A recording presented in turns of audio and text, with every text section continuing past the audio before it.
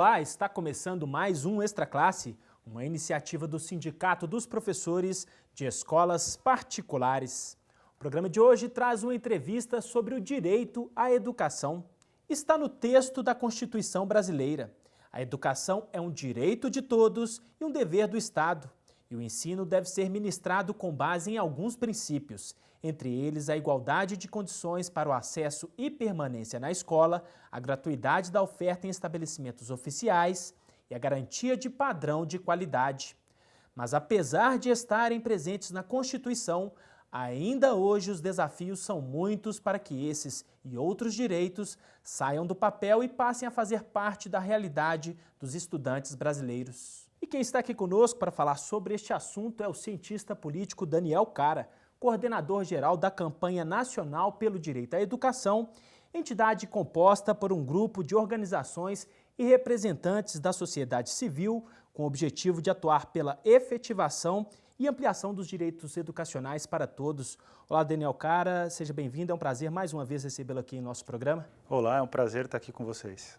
Daniel, em que medida o direito à educação, tal como está previsto na Constituição, tem sido assegurado à população brasileira?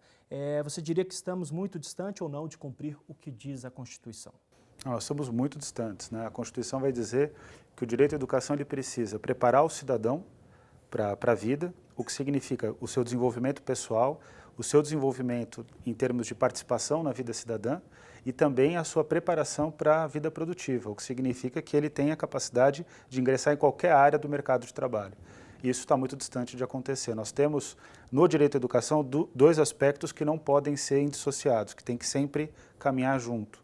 O primeiro é o acesso à educação, é a matrícula, e nisso o Brasil tem expandido, ainda tem muita gente fora da escola, 3,7 milhões de crianças de 4 a 17 anos estão fora da escola, né, ou dos estabelecimentos de educação infantil.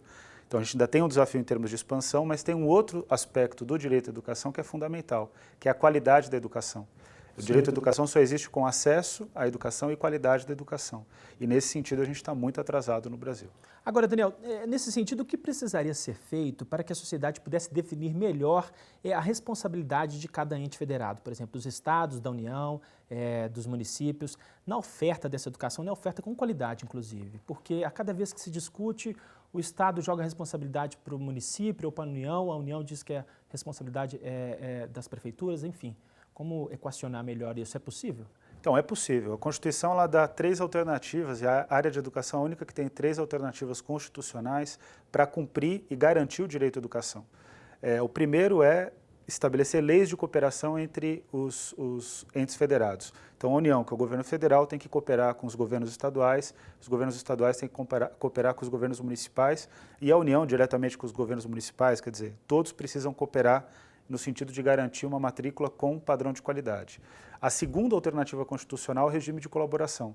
E aí vai dizer que a União, e especificamente a União, ela precisa colaborar técnica e financeiramente com estados e municípios. Por que a União fica com a maior responsabilidade? Porque é aquela que mais arrecada. A União sozinha arrecada mais, bem mais, do que a soma dos 26 estados, do Distrito Federal e dos 5.565 municípios, que até o final de 2013 tendem a ser 5.568. Então, quer dizer, a União precisa colaborar com os demais entes federados.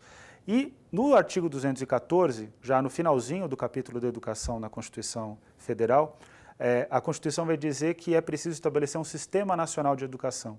Quem que hoje entrava o Sistema Nacional de Educação? É o governo federal, que não quer estabelecer um sistema em que ele obrigatoriamente precise colaborar com estados e municípios. São os governos estaduais, como por exemplo os governos de São Paulo, Minas, Rio de Janeiro, que têm uma alta capacidade arrecadatória, mas não colaboram com seus municípios, e o sistema privado, as entidades privadas, os estabelecimentos privados de ensino que não querem um Sistema Nacional de Educação, porque em todo o país que existe um Sistema Nacional de Educação, a regulação é um princípio, o que significa que a regra para o estabelecimento público também vai servir para o sistema privado de ensino. E isso acaba sendo um conflito muito grande, né? Os estabelecimentos privados, eles evitam qualquer alternativa de regulação. Certo. Nesse sentido, Daniel, entre as muitas ações que precisariam ser encaminhadas para que tenhamos uma educação de qualidade para todos, quais você destacaria destacaria como prioridade? Então, o que o sistema deveria ter para garantir para todo cidadão uma educação de qualidade desde a creche até a pós-graduação? Ficar principalmente na educação básica no início aqui. Em primeiro lugar, é preciso você determinar o que é uma escola de qualidade, qual é o padrão de uma escola de qualidade. Uma escola de qualidade tem que ter professor bem remunerado, tem que ter obrigatoriamente uma política de carreira para esses profissionais de educação. Você tem que ter número adequado de alunos por turma, e esse é um problema tanto para os estabelecimentos públicos como também para os estabelecimentos privados. Tem que ter biblioteca que incentive a leitura, laboratórios de ciências, laboratórios de informática, quer dizer, quadra poliesportiva coberta. Tem que ser uma escola que dê conta da totalidade do direito à educação, que prepare o cidadão plenamente para a vida, que ele seja um cidadão apto, crítico, que tenha a capacidade de construir o seu projeto de vida. Isso significa, hoje, em termos bem pragmáticos, para atingir esse padrão mínimo de qualidade para todas as escolas brasileiras, só considerando as matrículas atuais, 46 bilhões de reais. Minas Gerais, por exemplo, falta 5 bilhões para atingir esse padrão mínimo de qualidade por ano. Então, quer dizer, essa é a primeira medida fundamental que tem que ser estabelecida. E no caso do ensino superior, precisa ter uma regulação mais clara do setor privado, que detém a maior parte das matrículas. Regulação significa garantir qualidade da educação, garantir qualidade da matrícula no setor privado, e você precisa ter uma maior interlocução entre a universidade, aquilo que a universidade tem feito em termos de ensino, pesquisa e extensão na área de educação, com a educação básica, com as redes públicas de ensino. Essa comunicação hoje não está acontecendo. Seriam basicamente, então, duas questões, mais investimentos e regulamentação do setor privado de ensino. Não é só mais investimento, é mais investimento com um programa de como investir esse recurso, de como fazer um bom uso desse novo dinheiro que deve chegar na área da educação. O estudo feito por vocês traça esses caminhos, não é? Traça esses caminhos. Agora eu estou falando aqui, os 46 bilhões é padrão mínimo de qualidade. A gente ainda tem um desafio de ampliar matrículas na educação básica, tem um desafio de ampliar matrículas na educação superior pública, tem um desafio de regular a educação superior privada e tem um desafio de formar melhor os professores. Quer dizer, tudo isso junto significa 10% do PIB. Os 46 bilhões de reais é 1% do PIB a mais. Então a gente tem que sair imediatamente de 4,7% do PIB que é investido hoje em educação básica pública, alcançar o 5,7%, né, o primeiro 1% do PIB, e aí depois caminhar a 10% do PIB para a gente ter, de fato, uma educação pública de qualidade para todos. Certo, Daniel Caro, eu vou convidá-lo para assistirmos a uma reportagem feita por nossa equipe sobre esse assunto e logo em seguida a gente volta a conversar mais especificamente sobre o PNE, o Plano Nacional de Educação, que está em tramitação no Congresso. Vamos lá? Vamos lá. O direito à educação está previsto na Constituição de 1988, mas ainda hoje é algo distante para milhões de brasileiros. Apesar do avanço dos indicadores na última década, o país ainda possui 13 milhões de analfabetos e cerca de 3 milhões de crianças e adolescentes entre 4 e 17 anos estão fora da escola. Nesta comunidade, em Belo Horizonte, um dos desafios de muitas famílias é garantir o acesso à educação para crianças, jovens e adultos. A parte educacional ela caminha junto com o movimento, porque seja na necessidade de alfabetizar, que nossas famílias de baixa renda têm muito problema com essa parte da alfabetização. Os governos não priorizam, evidentemente, que essa parcela tenha acesso à educação de qualidade e muita gente para de estudar para trabalhar. Estabelecida há um ano na região do Barreiro, a ocupação Eliana Silva já superou muitas dificuldades.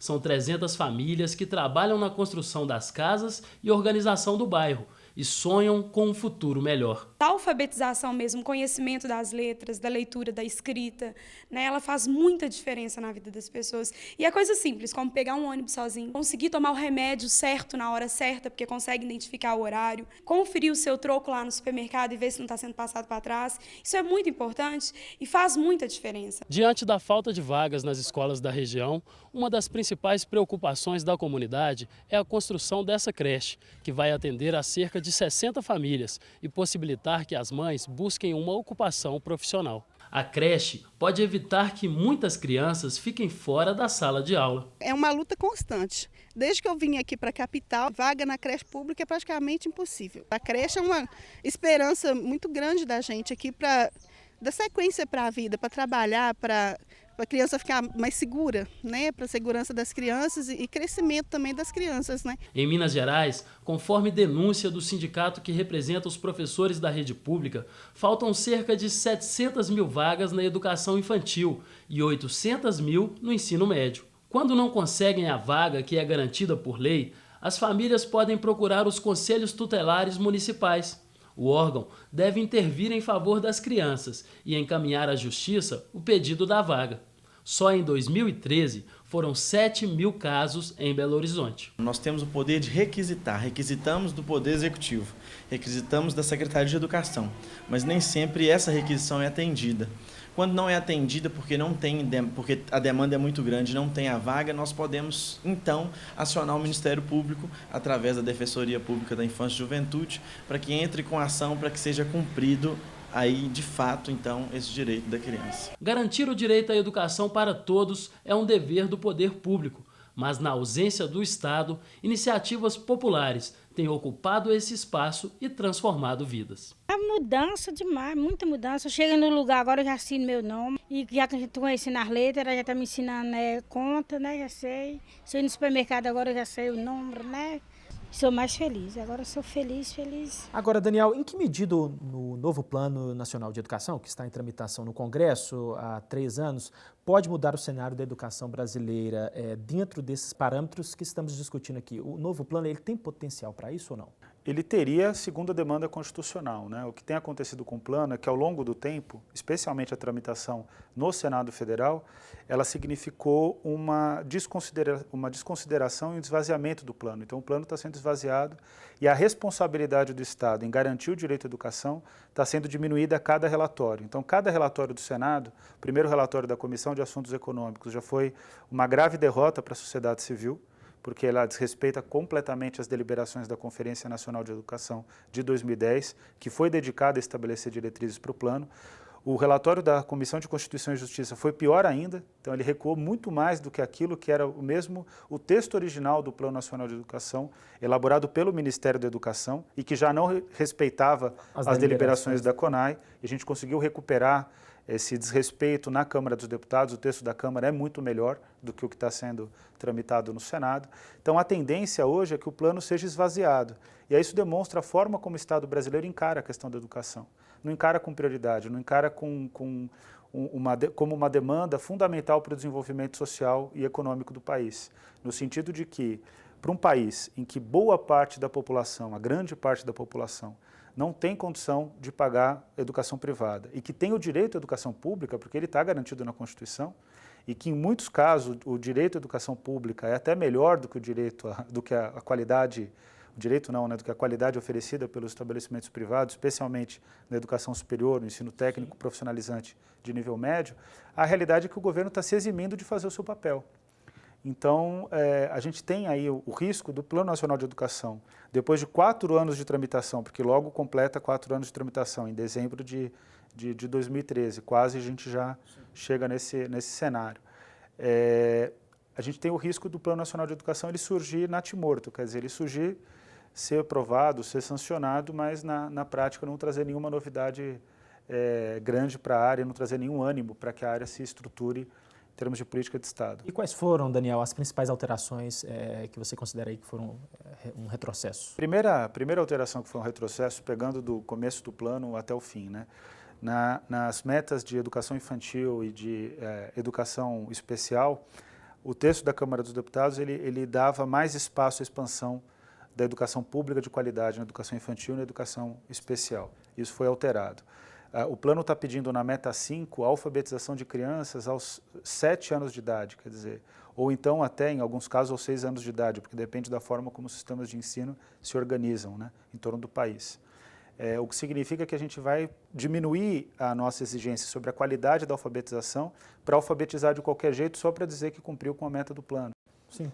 Na meta 11, na meta 12 e na meta 13, que são metas mais relacionadas à expansão da educação superior e da educação profissional de nível médio, antes as novas matrículas tinham uma submeta de expansão pública, porque nessas etapas, né, no caso, nessa modalidade, melhor dizendo, a educação superior de nível, educação profissional de nível técnico e na educação superior, o Estado brasileiro tem alta qualidade de matrícula. e o que o governo fez foi se eximir da responsabilidade de expandir essas vagas, né? Então, é uma mudança bastante grande. E isso recai na meta 20. Quando se extrai a palavra investimento público na educação pública, se extrai a palavra pública e fica investimento público em educação. O que significa que qualquer parceria público-privada pode acontecer e a regra no Brasil é parceria público-privada na educação é precarização de matrícula. Essa tem sido a regra desde a creche até a pós-graduação.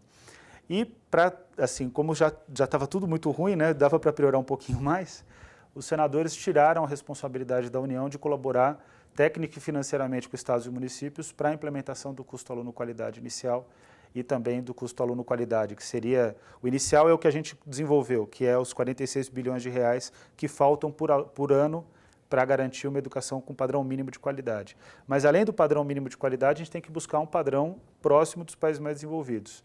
Nessa busca, a União colaboraria com esses dois passos, né, com o inicial e depois com o custo aluno-qualidade geral. Isso foi extraído e isso vai significar certamente um limite ao desenvolvimento da educação pública de qualidade. Agora, Daniel, para a gente terminar essa nossa entrevista, já que você falou aí sobre a questão dos royalties, a aprovação da lei dos royalties, que vai destinar 75% dos royalties do pré-sal para a educação, vai ser suficiente para garantir os recursos para o setor? Então, tem uma grande confusão no que vai vir para a educação, né? São 75% dos royalties da área de concessão para a educação pública, isso foi obra nossa, e 25% para a saúde. Além disso, tem 50% do Fundo Social do Pré-Sal que só vem para a educação pública. Então, a sociedade tem se confundido muito, né? Isso vai gerar, no máximo 1% do PIB a mais. Na melhor expectativa, na melhor perspectiva. Como o Libra foi leiloado há poucos dias atrás, de forma muito contraproducente em relação ao interesse nacional, é bem provável que não chegue a 1% do PIB o recurso oriundo do petróleo. Então, a gente já investe 5,3%, a gente precisa 4,7% do PIB a mais de investimento público em educação. A gente vai ter 1% a mais, a gente vai precisar resolver os outros 3,7% do PIB. Certo, Daniel Caro, agradeço a participação e a gentileza mais uma vez da entrevista aqui para esta classe. É um prazer. Confira agora a agenda da semana. Musas. As mulheres são tema da exposição de escultura em bronze do artista belo-horizontino Leopoldo Martins, até o dia 24 de novembro, no espaço de convivência do Museu das Minas e do Metal. Mais informações pelo site www.mmm.org.br. Confira agora o Simpla em Movimento.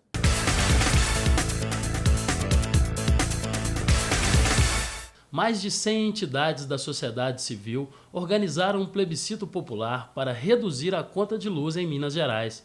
A votação aconteceu em todo o estado. Até agora, já foram apurados 260 mil votos a favor da redução. O consumidor residencial, ele paga 10 vezes mais que o grande consumidor, o consumidor industrial. Se a gente paga lá 50 centavos por cada quilowatt-hora de energia consumida, o grande consumidor ele paga 5 centavos por cada quilowatt-hora. Assim que a apuração for finalizada, serão convocadas audiências públicas para debater o resultado. Um dos objetivos da ação é encaminhar um projeto de lei de iniciativa popular para a Assembleia Legislativa. O Simprominas disponibilizou urnas para votação na capital e no interior e divulgou o plebiscito para professores e alunos. A gente acredita que é preciso fazer essa mudança, é preciso que haja uma redução para que possa haver uma melhor qualidade de vida para as pessoas. A gente fica por aqui, mas para saber mais sobre o Sindicato dos Professores, é só visitar o nosso site. Sua participação é muito importante. Envie sugestões e críticas para o endereço extraclasse@simprominas.org.br. Um grande abraço e até a próxima semana.